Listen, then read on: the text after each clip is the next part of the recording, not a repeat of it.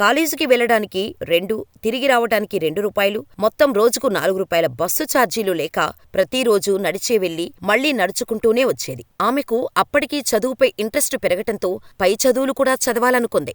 బాగా చదువుకొని డాక్టరవుదామనుకుంది. కానీ తల్లిదండ్రుల పేదరికం ఆమెను అడ్డుపడింది. చదివింది చాలు, ఇక పెళ్లి చేసుకోమని చెప్పారు తల్లిదండ్రులు.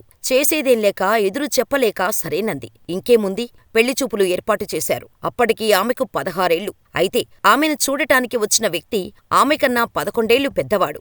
కొంచెం మొరటుగానే కనిపించాడు ఆమెకు. అప్పటికి భయంగా ఉందని చెప్పింది అమ్మనాన్నలకు.